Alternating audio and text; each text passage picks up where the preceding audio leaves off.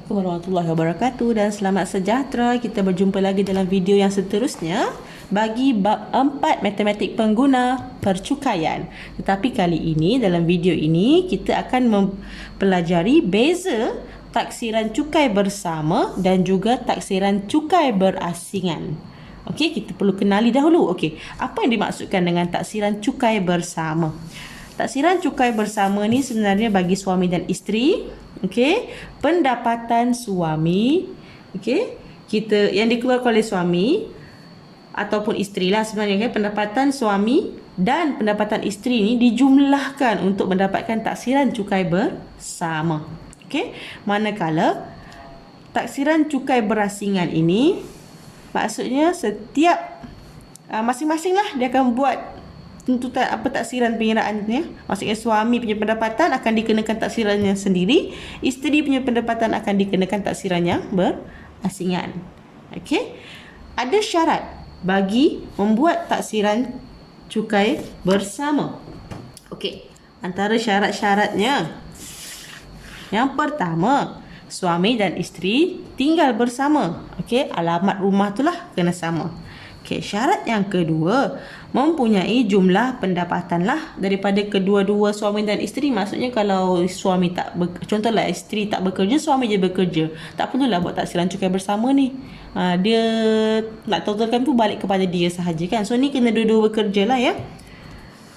Yang ketiga, suami atau isteri yang memilih taksiran bersama tadi mestilah warga negara Malaysia. Sebab jadi suami atau isteri sebabnya salah seorang sahaja yang akan membayar cukai. Bila cukai taksiran bersama ni dia tuntut, dia buat kiraan hanya seorang sahaja yang bayar.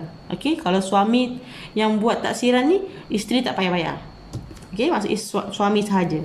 So salah seorang yang membuat tuntutan taksiran tadi ni, dia mestilah warga negara Malaysia.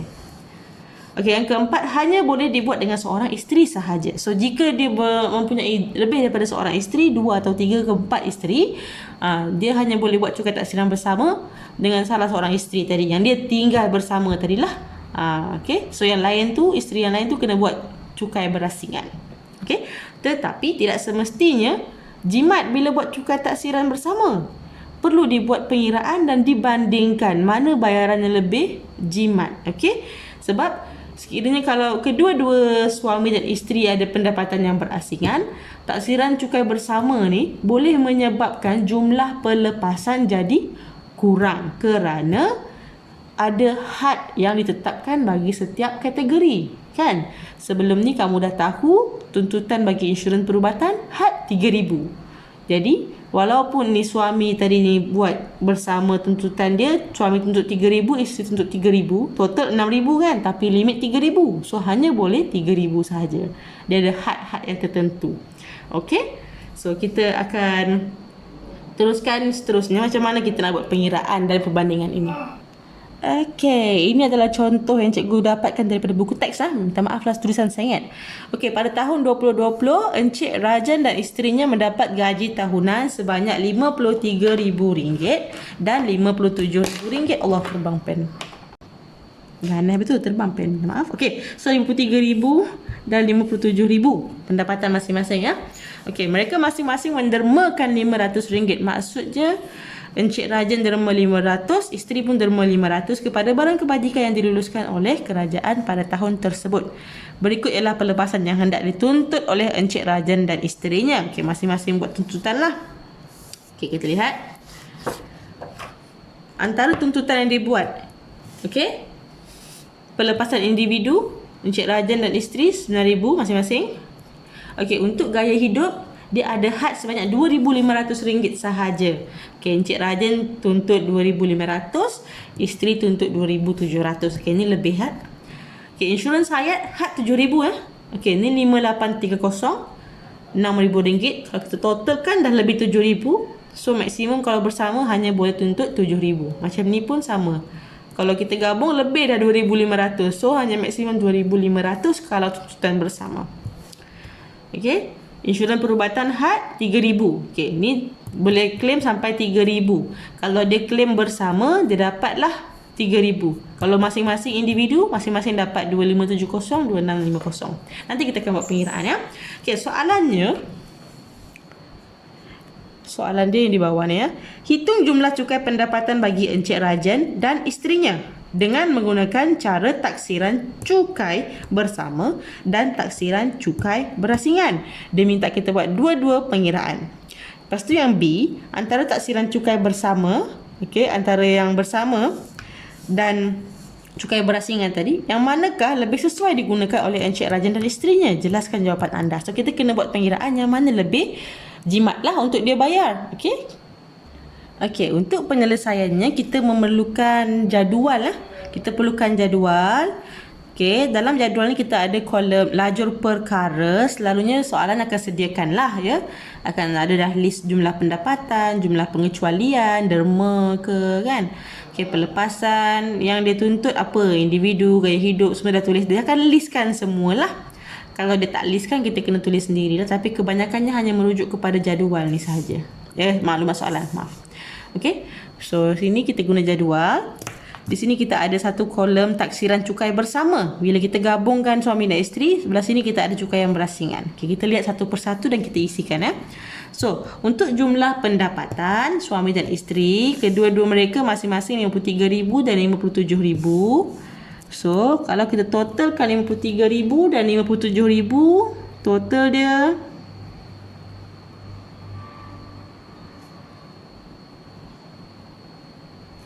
kita akan dapat jumlah 110,000. Okey.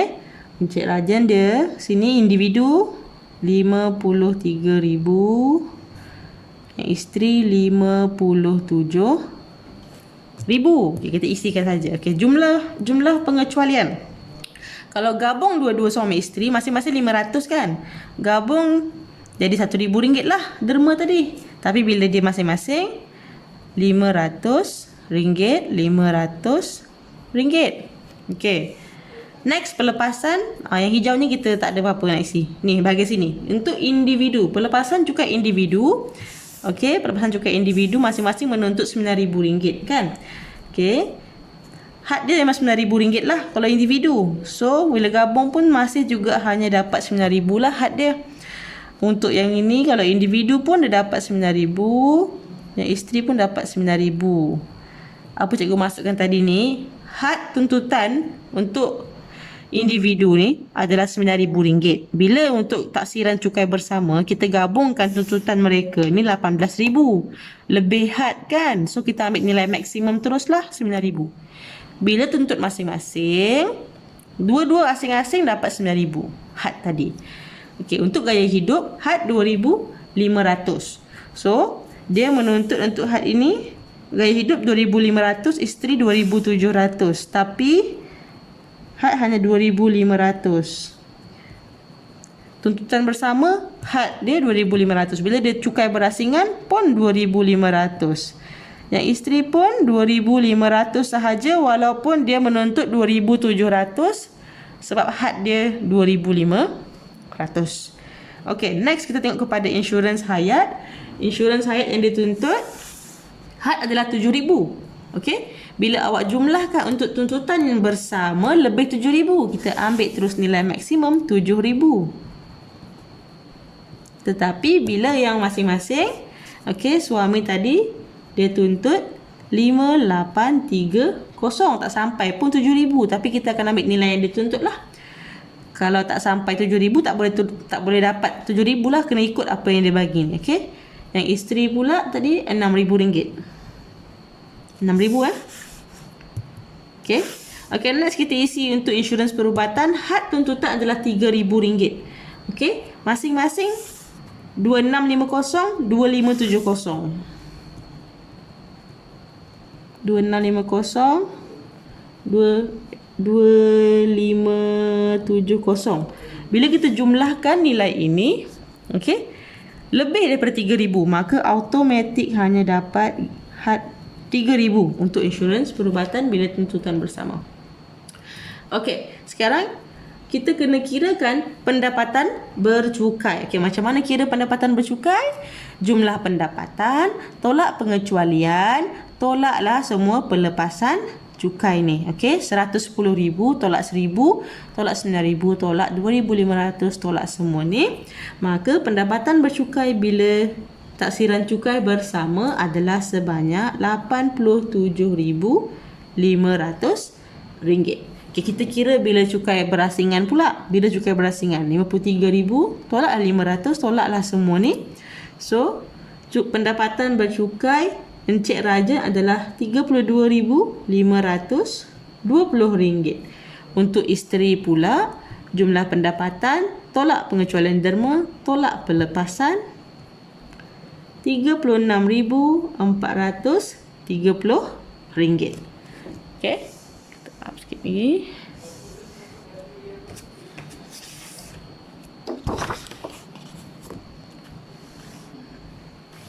Okey.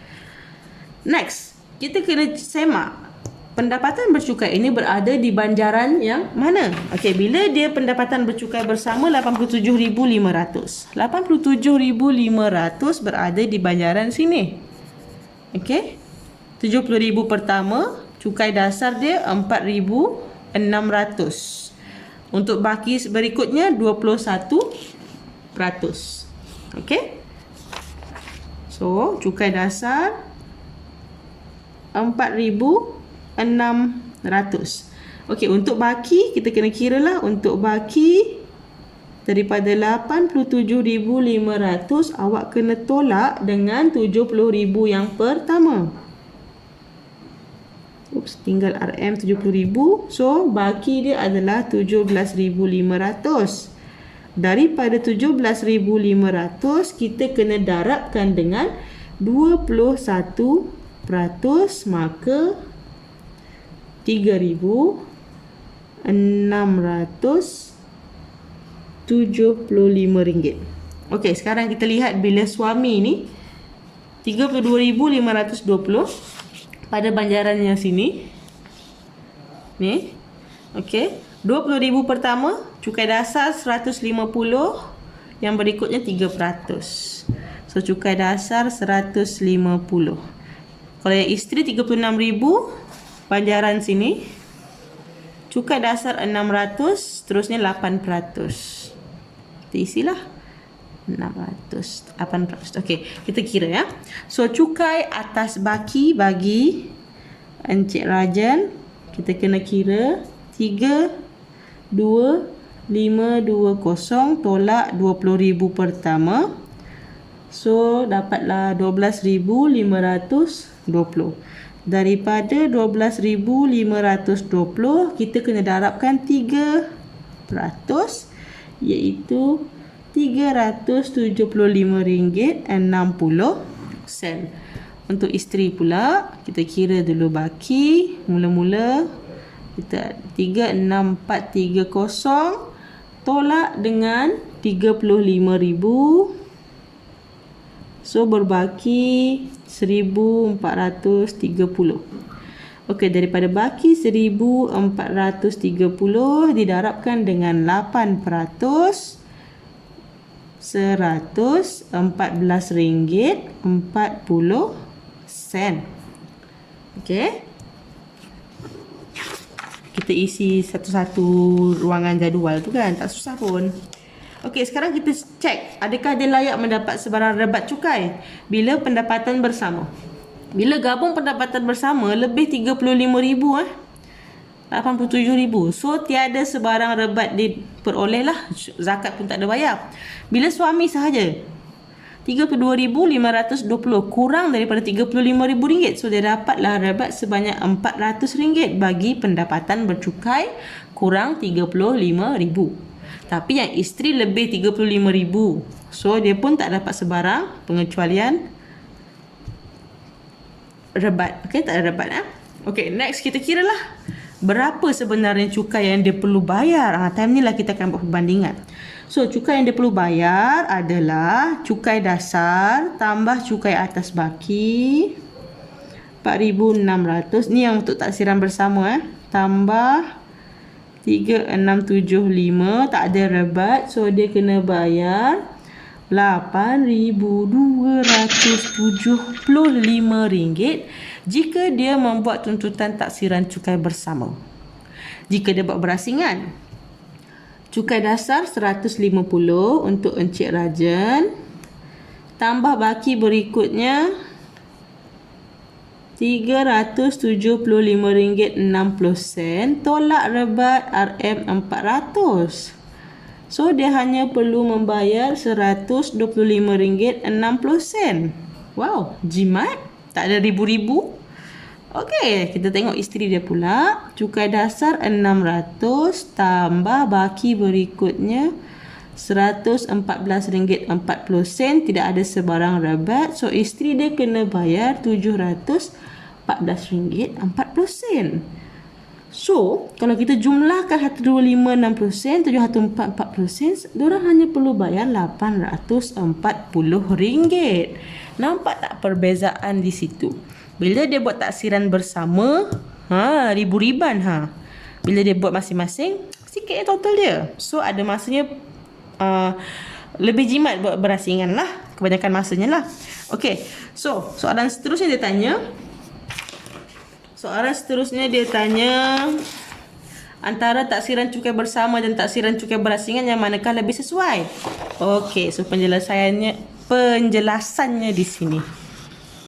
Taksiran cukai berasingan lebih sesuai digunakan kerana cukai pendapatan yang perlu dibayar jauh lebih rendah, iaitu RM840 berbanding dengan RM8,275 melalui taksiran cukai bersama. So memang lebih jimat lah dia buat taksiran berasingan.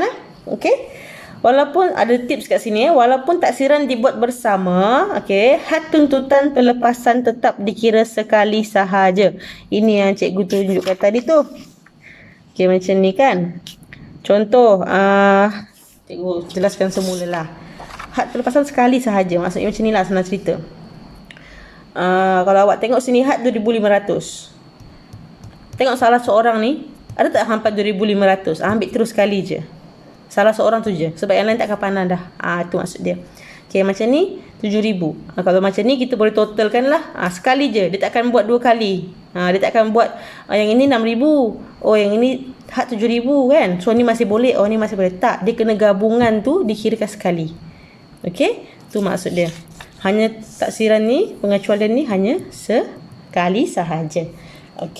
Itu adalah contoh bagi kita nak buat penilaian cukai yang mana yang lebih sesuai. So itu sahaja untuk kali ini. Semoga bermanfaat. Kita berjumpa lagi di video seterusnya. Bye.